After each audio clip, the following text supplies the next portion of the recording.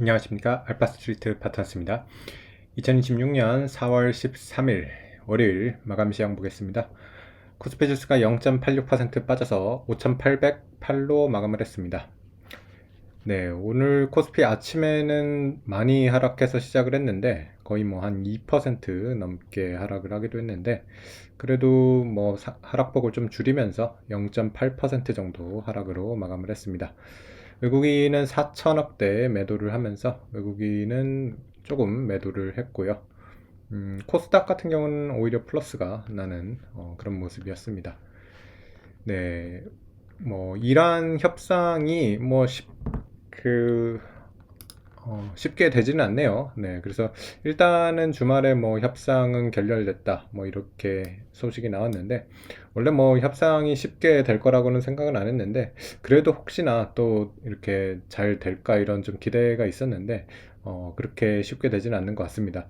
뭐 그 핵무기 관련해서 이게 가장 큰 문제였던 것 같아요. 이란은 네, 핵에 대해서 뭐 이렇게 포기할 생각이 없는 것 같습니다.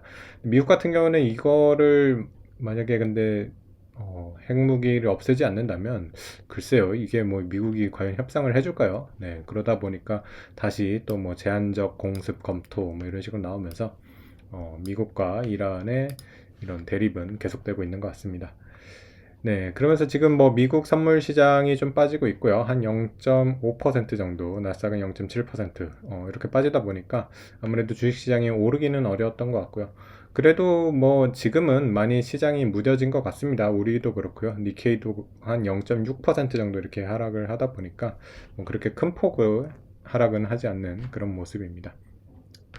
일단은 지난 주말에 금요일에 미국 시장을 좀 보시면 뭐 대체적으로 다 빠지기는 했는데 반도체가 많이 선방을 했다고 볼 수 있겠습니다.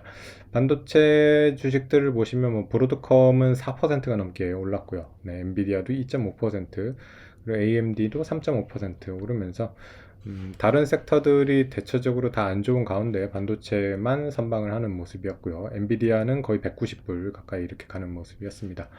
아마존 같은 경우가 뭐 소프트웨어 기업 중에서는 좋았는데 엔스로픽이 요새 계속 선방을 하면서 가장 선방을 하는 데가 아마존이고 가장 좀 피해를 보는 데가 마이크로소프트라든가 뭐 팔란티어 이런 회사들이 많이 빠지고 있는 모습입니다. 그래서 아마존 같은 경우는 계속해서 좀 좋은 모습이었고 금요일에도 2% 상승을 했고요. 마이크로소프트랑 팔란티어 같은 경우는 금요일에도 약간 하락하는 그런 모습이었습니다. 네, 다른 섹터들 보시면 대부분 좀 빠지긴 했거든요. 금융 쪽도 빠졌고요. 헬스케어 쪽, 그리고 에너지도 빠졌고요. 네, 그리고 필수 소비재 쪽도 하락하는 모습이었습니다. AI 반도체랑 좀 같이 가는 뭐 GE 버노바 같은 경우는 2.4% 오르면서 뭐 전력 쪽 이런 쪽은 그래도 괜찮은 것 같습니다. 버티브 같은 경우도 2.6% 상승하는 그런 흐름이었습니다. 네, 다른 섹터들 보시면 일단은 미국 10년물 같은 경우는 4.3% 정도에서 거래가 되고 있고요. 우리나라 10년물은 3.7% 정도 수준입니다. 그리고 금 가격, 은 가격 같은 경우도 그렇게 큰 움직임이 없고요. 금 가격은 4,700달러대, 은 가격은 70달러대 정도에서 움직이고 있습니다. 달러원 환율 같은 경우는 오늘 아침에 좀 많이 빠지면서 달러원은 이제 상승을 했는데 그래서 거의 1,500원 가까이 육박을 하기도 했는데 지금은 조금 빠지면서 1,489원 정도에서 거래가 되고 있습니다. 네. 그래서 뭐 달러원 같은 경우는 뭐 계속해서 좀 약하긴 한데 아무래도 이제 이란 사태가 좀 안정이 돼야지 좀 더 많이 떨어질 수가 있을 것 같고요. 계속해서 1,500원을 지금 뭐 넘나드는 그런 모습이라서 음, 네, 지금 달러원 환율 같은 경우는 계속해서 좀 안 좋은 그런 모습입니다. 어, 오늘 우리 시장 같은 경우는 그래도 좀 하락폭을 줄였던 게 보면 우리도 반도체가 그래도 조금 버텼습니다. 특히 하이닉스 같은 경우는 1.2% 상승이었고요. 삼성전자 같은 경우는 2% 하락 이렇게 하면서 조금 엇갈리는 그런 모습이었습니다. 그리고 뭐 방산주 이런 쪽이 좀 괜찮았고요. 하나 에어로스페이스가 1.5% 상승을 했고 어, 네, 그리고 뭐 시가총액 상위 종목 중에서는 뭐 LS 일렉트릭이 13%, 그리고 고려아연이 5% 이렇게 오르는 모습을 보여줬습니다. 나머지 종목들은 좀 하락한 종목들이 많았는데요. 현대차 같은 경우는 2% 하락하면서 최근 들어서 계속 조정이 이어지고 있는 모습이고요. 금융주 같은 경우는 약보합 수준이었습니다. KB금융이 1% 하락했고요. 신한지주는 0.4% 네, 하락하는 그런 모습이었습니다.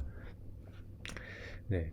그래서 지금 뭐 증시 같은 경우는 사실 이란 문제가 좀 누그러지면 올라가려고 하는 그런 모습이긴 한데 아직까지는 좀 뭐 구체적인 성과가 나오지는 않고 있어서 지금 여기서 박스권을 뚫고 올라가기에는 좀 벅찬 그런 모습이고요.